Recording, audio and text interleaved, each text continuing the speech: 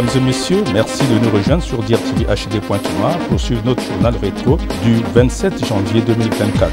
Trois titres en la une du journal. Accident mortel de circulation enregistré au pont de Loukénini à Kibangu. Communication du général Jean-François Ndenge aux policiers de Pointe-Noire-Koulou. Puis au bas de notre journal, le dernier hommage rendu au journaliste émérite Salman Pangou à Pointe-Noire. Bienvenue à tous.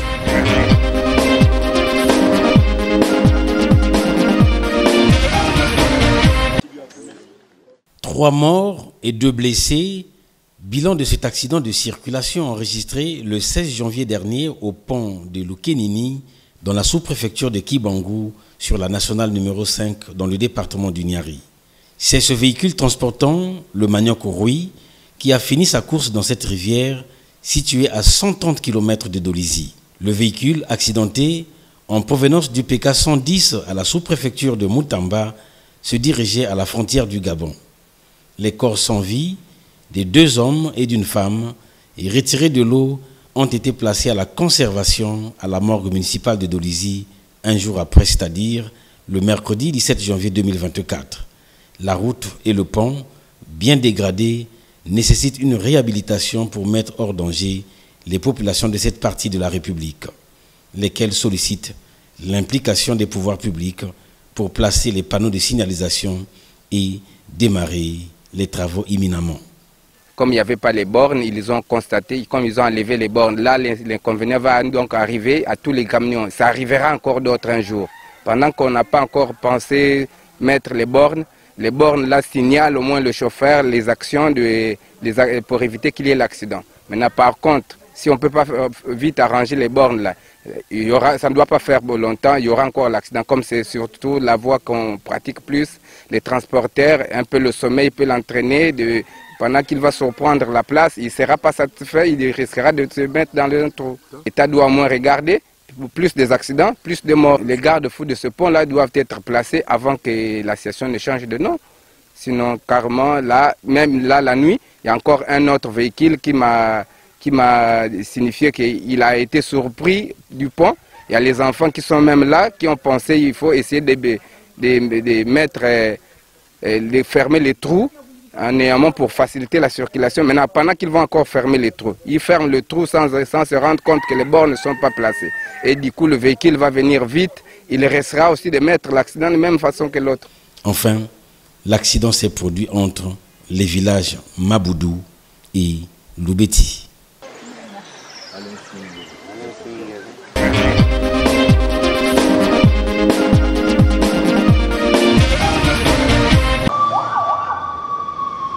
C'est sous escorte qu'est arrivé le commandant des forces de police, le général de police de 2e classe Jean-François Ndenge, à la mairie centrale de Pointe-Noire ce jeudi 25 janvier 2024. À peine reçu par le commandant territorial des forces de police Kouilou Pointe-Noire, le général de police de 1re classe Jean-Pierre Okiba, le patron de la police sans transition, s'est adressé aux cadres et autres éléments de la police. Les forces de police doivent évaluer chaque jour leur performance en interrogeant nos populations sur leur sentiment de sécurité, au plus près d'elles et bien sûr au quotidien. Le phénomène, et vous le savez bien, dit des bébés noirs, il persiste encore. Il est même en os, comme les viols, les vols à main armée, les violences en milieu scolaire. J'exhorte donc les forces de police de privilégier de plus en plus le travail de prévention, d'anticipation, évidemment, sans oublier les dispositifs de répression, si nécessaire, d'intensifier la recherche du renseignement, de démultiplier les structures qui concourent à la police de proximité en vue de maîtriser les zones criminogènes et les délinquants qui y sévissent, qui écument vos quartiers.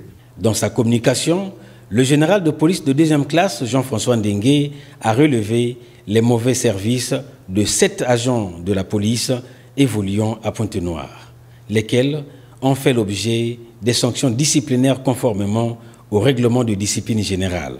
Parmi eux, ces 3 agents de police ayant été présentés. Je tenais à les présenter ici. L'adjudant de police, Foutika Eric, du commissariat de police d'arrondissement 6, Ngoyo. Surplus en flagrant délit de contrôle routier nocturne, seul, illégal et extorsion des usagers, coupable d'usurpation de titres et d'escroquerie au préjudice de plusieurs victimes. Plusieurs victimes sont venues se plaindre. Lui, il prend l'argent. Et tout ça au nom de la police. Brigadier chef Ondende Oboyo, Vespi, de l'unité d'intervention du commissariat central de police de Pont-Noir, auteur d'un vol de la somme d'1 million de francs CFA au préjudice de la tenancière d'un débit de boisson au quartier Mawata. Lors de la commission des faits, ce sous-officier était porteur de son uniforme. On va où là? Alors, au nom du principe de tolérance zéro, prenons en charge résolument nos responsabilités de garant de la sécurité et de la paix, dans le strict respect de la discipline qui est la force des armées. Vous devez vous discipliner. Il est grand temps. Mais ils seront traduits devant la justice. Moi, je vais vous déférer et prononcer la radiation de nos rangs. Vous n'avez aucune vocation. Le patron de la police a ouvert la piste de la création des centres de management et a demandé aux responsables de la police de Pointe-Noire d'être intraitables vis-à-vis des policiers déviants. Car, a-t-il conclu, qu'il faut travailler pour le rayonnement de la police en favorisant la relation police-population.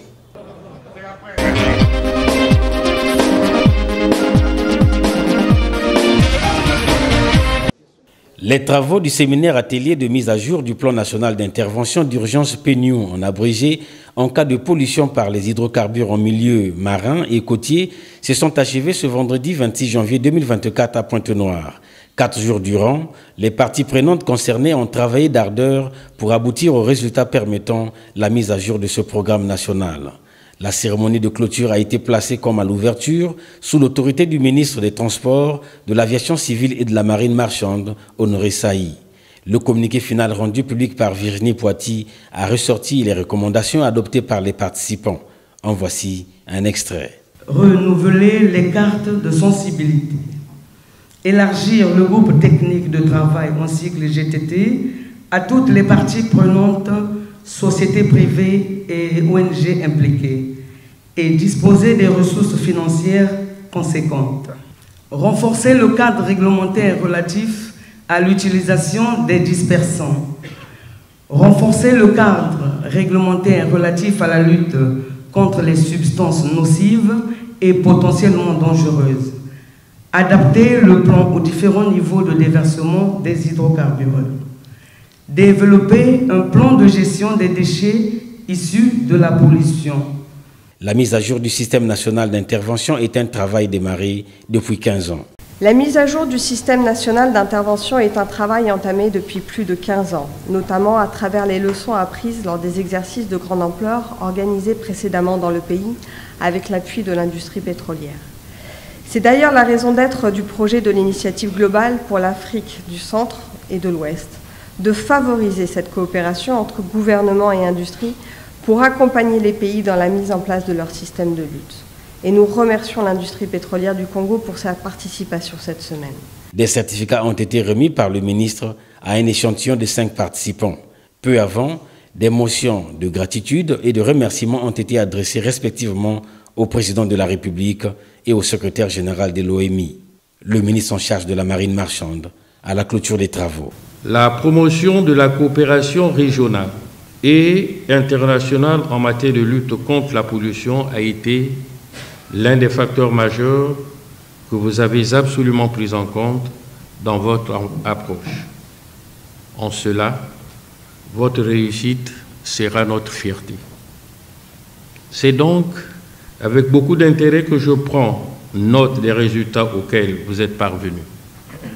Notre pays va se doter du nouveau plan révisé qui permettra au gouvernement de la République du Congo d'améliorer les capacités organisationnelles et opérationnelles en cas de déversement d'hydrocarbures, des produits chimiques et autres substances polluantes et nocives sur le milieu marin et côtier, ainsi que sur les eaux continentales et lacustres.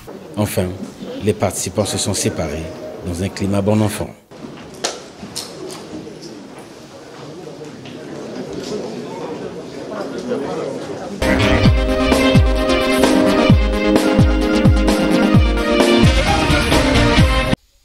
Nyanga, sous-préfecture relevant du département du Niari, nous sommes au village Biwongo, à 18 km du chef-lieu portant le même nom que le district. Ici, les populations ont résolu de bloquer le passage de ces véhicules agrumes de la société Asia Congo opérant dans le secteur du bois. Selon les mêmes populations, cette société d'exploitation forestière foule au pied le cahier de charges défini pour la réhabilitation de la route. Une route laissée pour compte au triste sort des populations. Ainsi, nous sommes déjà à 8 jours que ces grumiers sont immobilisés en attendant le début d'exécution des travaux. 2 citoyens abordés reviennent respectivement sur la situation et l'état dégradé de la route. L'exploitation forestière fut la première source de devises en République du Congo avant la découverte et l'exploitation du pétrole. Nous avions constaté que depuis qu'il y a les entreprises dans le temps passé qui exploitaient le bois dans notre district, ces entreprises respectaient les cahiers de charges. Mais nous sommes à la grande surprise, Asia Congo, partout où il exploite, nous ne savions pas si c'est dans le département du Niari ou bien dans le district de Nyanga où il foule tout au sol. Il ne respecte pas les engagements, ni le cahier de charges. Asia Congo avait pris l'engagement de travailler la route quand il a commencé à exploiter le bois. Qui jusqu'alors, depuis il y a plus de 10 ans qu'il est en train d'exploiter le bois dans notre district, mais il ne respecte pas le cahier de charges. En tout cas, la route est très dégradable, c'est très déplorable. En tout cas, comme disait le président Mobutu, c'est de la mer à boire. Asia ne cesse que d'exploiter nos richesses et ne travaille pas les routes. Jusqu'à nos jours, rien n'est respecté. C'est ce qui a fait que nous avions arrêté ces 9 grumiers et le patron est arrivé, nous avons dit que non, monsieur, en tout cas, si vous ne bouchez pas les trous de cette route-là, en tout cas, papa, vous ne passerez pas. Donc les grumiers sont là. Il a pris son personnel, il a pris, c'est-à-dire les chauffeurs et tout, il a amené au camp, ils nous ont laissé les grumiers. Donc nous sommes en train d'assurer la sécurité de ces grumiers. Vraiment, la route n'est pas bonne. On revient de Mouila, du Gabon, et puis qu'on a commencé à la frontière, on marche qu'à pied, on pousse le véhicule, donc on arrive, on est même épuisé, on est fatigué.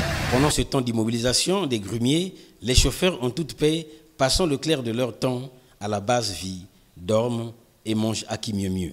Les populations sollicitent la promptitude des managers d'Asia Congo dans l'exécution des travaux de réfection de la nationale numéro 5 tronçon d'Olizingongo à la frontière du Gabon, car elles n'arrivent plus à acheminer leurs produits vers les grands centres commerciaux, faute de transport causé par l'état piteux de la voie.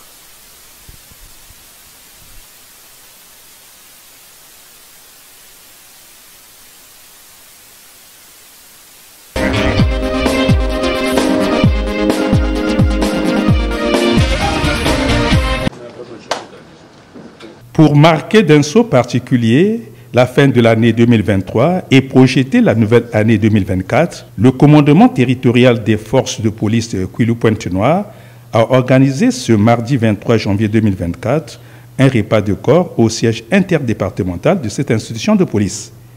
Un rendez-vous convivial auquel ont répondu les officiels départementaux, judiciaires, les chefs de quartier, sous-officiers et hommes de rang. Une cérémonie en 3 étapes restituée à l'assistance par le chef de section sécurité aux frontières Kwilu-Pointe-Noire. Le repas de corps, comme il se définit, c'est un repas qui est présidé par le chef de corps à des dates particulières, comme celles qui correspondent aux fêtes régimentaires. Plus qu'une occasion de déjeuner ensemble, le repas de corps est un moment convivial, unique, où le personnel de la force publique, quelque grade que ce soit, de n'importe quel service, se retrouve autour d'une même table. Prenant la parole pour son mot de circonstance, le général de police de première classe a déclaré: 2023 a connu un épilogue très difficile avec la montée exponentielle de la criminalité urbaine. Grâce à vos efforts, à votre engagement, avec le soutien des forces amies, nous avons pu juguler le phénomène. Nous avons de même couvert de manière effective et efficace les grands événements, les événements majeurs, particulièrement les séjours du président de la République et son épouse, les fêtes de la Nativité, la Saint-Sylvestre et de fin d'année. Chers collègues policiers, veuillez trouver ici l'expression de la reconnaissance et des encouragements du commandement. Pour 2024, je vous exhorte à travailler davantage dans la discipline, dans un engagement réel, conformément aux instructions du président de la République, chef de l'État, chef suprême des armées, lors du réveillon d'armes du 31 décembre 2023. Un repas de corps mettant en valeur le vivre ensemble, armée et nation, pour pérenniser les missions régaliennes du commandement territorial des forces de police Kouilou-Pointe-Noire.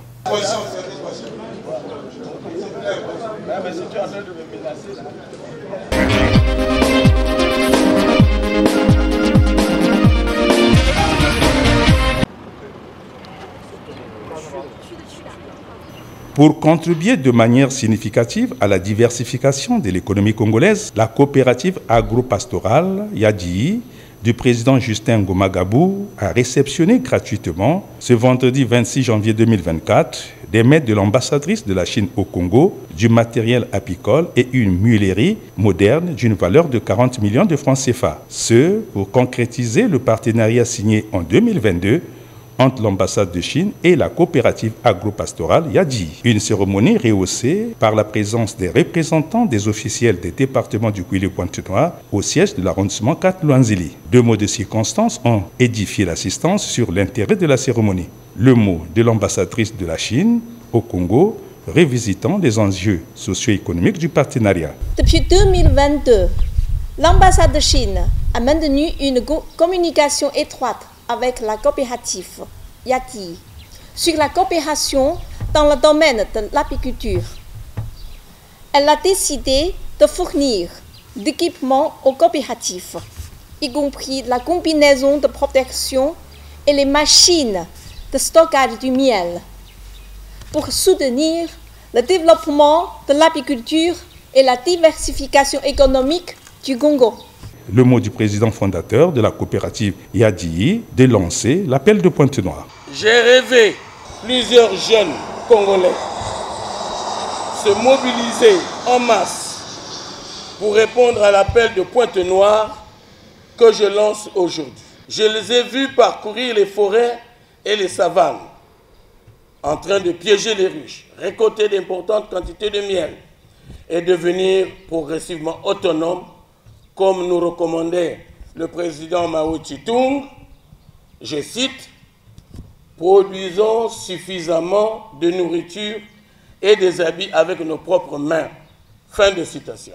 J'ai rêvé les pouvoirs publics totalement engagés dans le financement et le développement des activités apicoles de notre pays. J'ai enfin rêvé un grand Congo faisant partie des pays africains producteurs et exportateurs de miel et ses dérivés. Les échanges des présents entre les deux parties, suivis de la visite des stands d'exposition des activités de la coopérative Yadii, ont clos la cérémonie.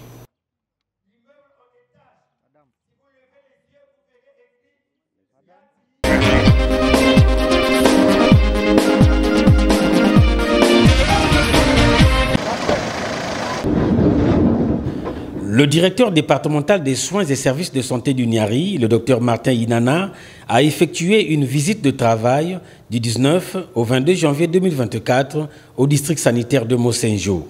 Ce, conformément à la politique de l'accélération de l'accès des populations dans le Niari aux interventions à haut impact pour la réduction de la mortalité maternelle, infantile et néonatale lancée en septembre 2023 par le préfet Gilbert Mwanda. Cette dynamique appuyée par le conseil départemental du Niari vise à rouvrir les formations sanitaires fermées pour le bien des populations. Première étape de cette randonnée, Mongondo Sud, au centre de santé intégré d'Inzendi, à 70 km de Monsenjo, pour la vérification de l'effectivité des travaux de cette formation sanitaire fermée depuis 10 ans. Les ouvriers sont à pied d'œuvre et le directeur départemental peut s'expliquer. Aujourd'hui, notre présence se justifie par la vérification de l'effectivité du démarrage des travaux. Et nous sommes satisfaits parce que les travaux sont déjà exécutés à près de 60%. Et nous osons croire que d'ici là, les travaux seront à la fin et le président du conseil départemental du Niari, j'ai cité M. Armand Moudi, viendra ici avec nous pour inaugurer ce centre et faire que les populations de Inzendi commencent à avoir des soins sur place. Au moment où nous vous parlons, toutes les conditions sont déjà prises, réunies, pour que nous puissions démarrer l'offre des soins à Inzendi et des soins de qualité. Autre étape, le village Boudianga, dans le district de Moutamba, où le docteur Martin Inana a procédé à la visite technique du site qui abritera le centre de santé intégré de la localité. Justin Missier, sous-préfet de Moutamba. Les critères ont été remplis et nous avons eu l'avis technique de monsieur le directeur départemental des services de soins de santé du Niari, monsieur Inana. Les impressions sont très bonnes parce que nous allons réduire le taux de mortalité maternelle infantile, nous allons améliorer l'espérance de vie des populations de l'aire de santé de Maïtoula et en plus, les populations n'auront plus à parcourir de longues distances pour se faire soigner, c'est conforme à la politique gouvernementale. Le docteur Martin Inana a tout aussi visité le centre de santé intégré de Dibadiba où il a procédé à la pédagogie du personnel soignant sur la salubrité, critère clé d'une structure sanitaire. Le poste de santé de Maïtoula et le centre de santé intégré de Mongondo Sud ont tout aussi été dans l'agenda du docteur Martin Inana.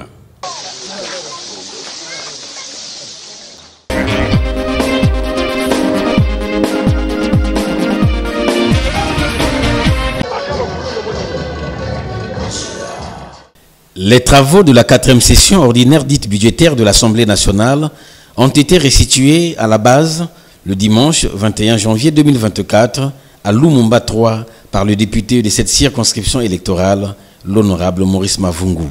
Ce, au cours d'une descente parlementaire qui rassemblait au lieu des retrouvailles les leaders d'opinion, mieux les forces vives de Lumumba 3 dans leur diversité.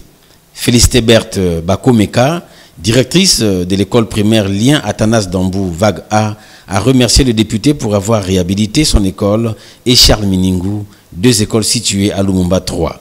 Le député suppléant a pour sa part situé l'événement tout en rappelant quelques actions réalisées dans la circonscription. Nous retiendrons entre autres l'accès à l'eau potable, l'éclairage public dans certaines zones sensibles devenues le refuge des brigands de tous bords, à savoir Bébé Noir, Koulona et j'en pense, identifiés dans les quartiers 110, 111, 112 et 115. Ainsi, au titre des réalisations, 2 forages ont été implantés au quartier 112 OCH. Un forage vient de l'être et il sera lancé tout à l'heure, ici au bloc 56, dans l'ancêtre de cette école, là d'Ambou, dans le quartier 111. Enfin, un autre forage, dont les travaux vont être bientôt lancés, sera implanté au quartier 110 dès qu'un site nous sera indiqué. À l'endroit au but, dans un langage précis et simple, l'honorable Maurice Mavungu a présenté le squelette de la loi de finances 2024 et les grandes lignes de la 4e session ordinaire dite budgétaire de la première chambre parlementaire. Pour creuser le contenu de cette session, le député de Lumumba 3 a répondu à quelques questions de l'assistance. Les chefs de quartier de sa circonscription ont reçu chacun le compte-rendu des travaux de la session évoquée et les couleurs nationales. Après avoir visité et rassuré les populations de la mise en service du forage de l'école Lien Athanas Dambou, le député de Lumumba 3 a justifié l'objet de sa descente. Depuis le 23 décembre 2023, nous avons clôturé la session dite budgétaire et c'est un devoir pour nous de nous retrouver devant nos mandants pour faire le point de ce qu'a été cette session dite budgétaire. Les populations de Lumumba sont dans la ville de Pointe-Noire. La ville de Pointe-Noire va connaître dans sa mission l'amélioration des conditions de vie des Ponténégrins, une année exceptionnelle parce que dans cette loi de finances, il a été créé un fonds dit d'entretien routier et d'assainissement urbain. Et naturellement, quand on parle d'assainissement urbain, la ville de Pointe-Noire devrait se reconnaître dans la mise en œuvre de ce qui est prévu s'agissant de ce fonds. Et ce fonds va être abondé par des ressources sûres, des ressources pétrolières, et nous avons foi que cela ne sera pas une vue de l'esprit non plus. En mémoire des concitoyens de la circonscription rappelée à Dieu, une minute de silence a été observée.